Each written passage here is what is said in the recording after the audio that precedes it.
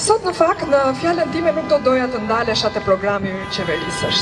Dhe jo sepse është më pak i rëndësishëm, por jam e bindur se është i qartë, i kuptueshëm dhe i ndershëm. Dhe mbi të gjitha me vullnetin, dëshirën e mirë për të bërë gjëra shumë të mira dhe integritetin që ka Lëvizja Bashk, mendoj se gjithçka është e realizueshme. Në fakt, mbrëm, teksa po tentoja të flija rreth orës 1 natës, nuk më zinte gjumi dhe me shaka ju do thoshin. Po, ndoshta kishe emocione për sot? Në fakt, sot nuk kam emocione sepse kam vendosur të them vetëm fjalë zemre, gjëra që më dhëmbin shumë. Dhe, siç u thash, mbrëm nuk më zinte gjumi sepse pranë pallatit tim po hapej gropa e radhës së pallatit të radhës së lejes së ndërtimit të radhës. Dhe leja e ndërtimit e radhës, duke mos pyetur as pak për qytetarët, për idenë për të bërë një fush, për të bërë një kopësht, për të bërë një shkollë, për të bërë një park. Jo, leje ndërtimi pafund. Çdo ditë leje ndërtimi dhe rruga ngelet po e njëjta ajo e para 30 viteve. Leje ndërtimi vetëm me një logjik të ftohtë, vetëm përfitime në xhepet e tyre. Leje ndërtimi ku çdo hapësirë matet në metra katror përfitim. Dhe sigurisht nuk mund t'i shpëtonte betonizimi dhe deti që po patëm fat të shkojmë këtë vit dhe po të na lejojnë dhe t'i afrohemi, do të shohim vetëm betonizim, sepse investitorët tanë strategjik, strategjinë e vetme, patëm vetëm betonizimin. Dhe që të kuptohemi drejt, Lëvizja Bashk nuk është kundër zhvillimit, por sot nuk ka më natyrë, nuk ka më qetësi, nuk ka më paqe. Sot ka vetëm ndërtim, vetëm betonizim, zhurmë dhe pafund arrogancë.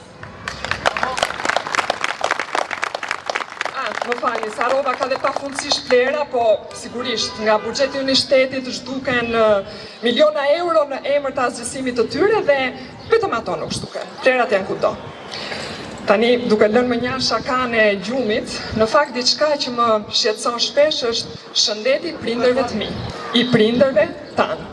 Dhe pyetja lind, a do të jem unë e aftë për t'i ndihmuar ata në një moment të vështirë, a do të kem fuqinë ekonomike? Sepse sot tregtia në spitale është kthyer në normalitet dhe ne vazhdon na tregohet pralla e bukur e shëndetësisë falas. E sigurisht prindrit tanë punuan me ndershmëri dhe nuk është se kërkuan ndonjë gjë më shumë nga ajo që dhanë.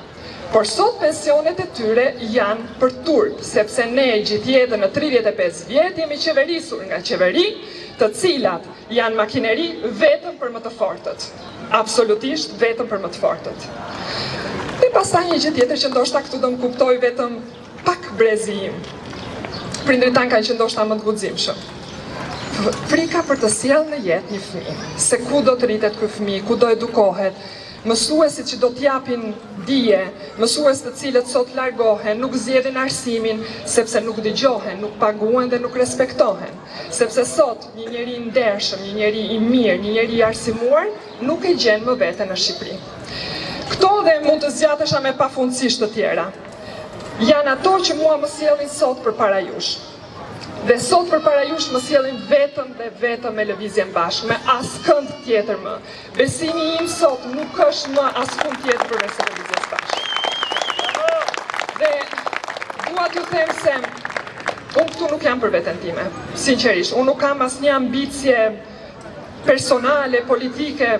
Unë sot jam për atë zërin e heshtur, për atë nënën e cila lutet për të ardhmen e fëmijës tij, për atë pensionistin që mundohet të blej ilaçet por pensioni nuk del për asgjë.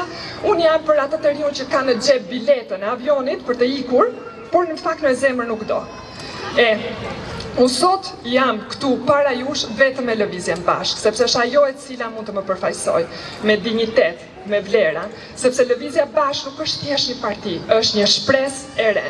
Është një lëvizje e cila beson te drejtësia sociale, te përkraja ndaj njëri tjetrit. Dhe sot po ju them që e reja ka lindur. Dhe kjo e re që ka lindur nuk ka vetëm një lider. Sot ka një frymë dhe ka një emër, të gjithë bashkë.